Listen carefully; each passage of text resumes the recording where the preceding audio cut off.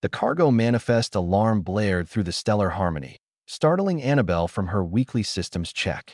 She glanced at her datapad, expecting the usual delivery of medical supplies or replacement parts. Instead, her eyes widened at the flashing red notification, priority delivery. 50 boxes, destination, Deck 7, crew quarters. 50 boxes of what? She muttered, pulling up the detailed manifest. Her heart stopped. Oh no. Oh no, no, no. The items listed made her blood run cold. Terran chocolate bars, dark, 85% cacao, 500 units. Terran coffee beans, espresso roast, 200 kilograms. Terran hot sauce collection, 300 bottles. Terran wasabi paste, 50 containers. One appeared in the doorway, his maintenance uniform covered in hydraulic fluid. Did you see the cargo alert? What idiot ordered? He caught sight of Annabelle's pale face. What's wrong? I left my tablet unlocked, she whispered. In the nursery. Juan's expression shifted from confusion to horror. The cubs. They both sprinted toward Deck 7. That the Stellar Harmony was a diplomatic vessel, one of the few ships in the galaxy with a truly mixed crew. Annabelle served as the human medical officer, while Juan kept the ship's systems running. But their most important unofficial duty was caring for the Crixothi cubs, 3 furry, 6-limbed children whose parents served as the ship's navigation team. The Crixothi were a proud species, standing nearly 8 feet tall, with dense fur and multiple eyes that could see across several spectrums. They were also notoriously protective of their young, and notoriously cautious about anything involving humans. For good reason. Humanity had only joined the galactic community 15 years ago, and their reputation preceded them. They came from a death world where almost everything was poisonous to other species. Their food could kill. Their music could cause seizures in species with sensitive hearing. Their literature often traumatized readers from peaceful cultures. And yet, somehow, humans thrived. They adapted. They survived. They even laughed about it. The Crixothi found humans simultaneously fascinating and terrifying. Annabelle and Juan burst into the nursery to find the 3 cubs, Tikri, Malka, and little Zix-IP, huddled around Annabelle's tablet, their small paws tapping excitedly at the screen. Big human food coming. Tikri chirped in broken galactic common. Surprise for Mama and Papa. Juan ran his hand through his hair. Ay Dios mío. Annabelle knelt beside the cubs, her voice gentle despite her panic. Sweethearts, what exactly did you order? Malka's multiple eyes blinked proudly. You showed us pictures last week. You said humans eat these for treats and fun.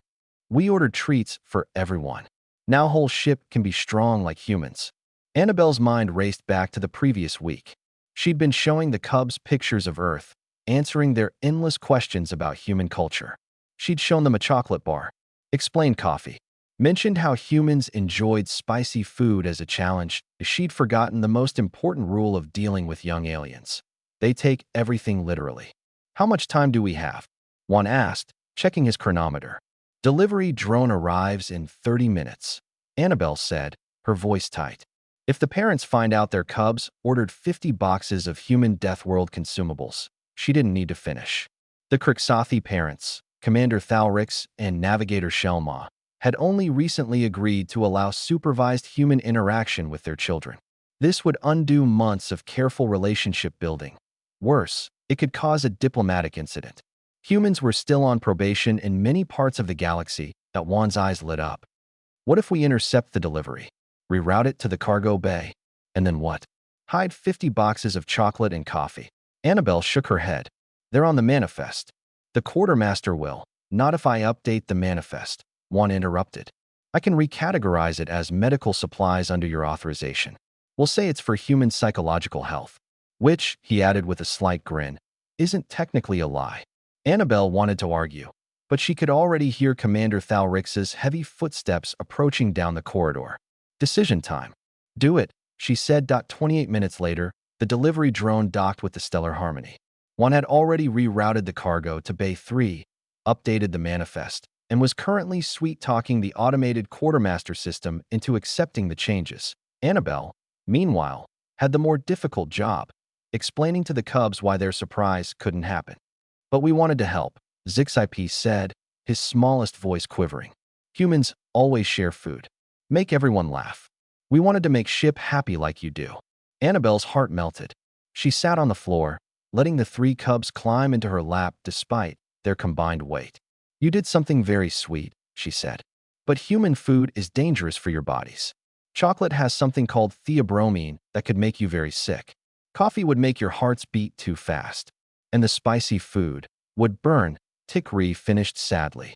"Like the hot pipes one warned us about." "Exactly like that," Annabelle said. "But you know what? You taught me something important today." Three sets of multiple eyes looked up at her. "You reminded me that sharing doesn't always mean giving someone the same things you enjoy. Sometimes it means finding new things you can enjoy together. So how about this? Next week, I'll research Kriksathi treats that are safe for humans. We'll have a proper treat-sharing party." "Fair." The cubs chittered excitedly, their fur fluffing up with joy. That evening, Annabelle and Juan sat in the cargo bay, surrounded by 50 boxes of Earth's finest exports. One had already started inventory, separating items they'd actually use from those they'd need to redistribute to other human crew members on nearby vessels. "You know," one said, opening a chocolate bar and breaking off a piece, "those cubs understood something most adults don't." "What's that?" Annabelle asked, accepting her share of the chocolate. "That humans share because we care. We offer our coffee, our chocolate, our spicy food, not because we want to poison anyone, but because these things bring us joy. We want to share that joy." He smiled. "Even if our joy can technically kill most species in the galaxy."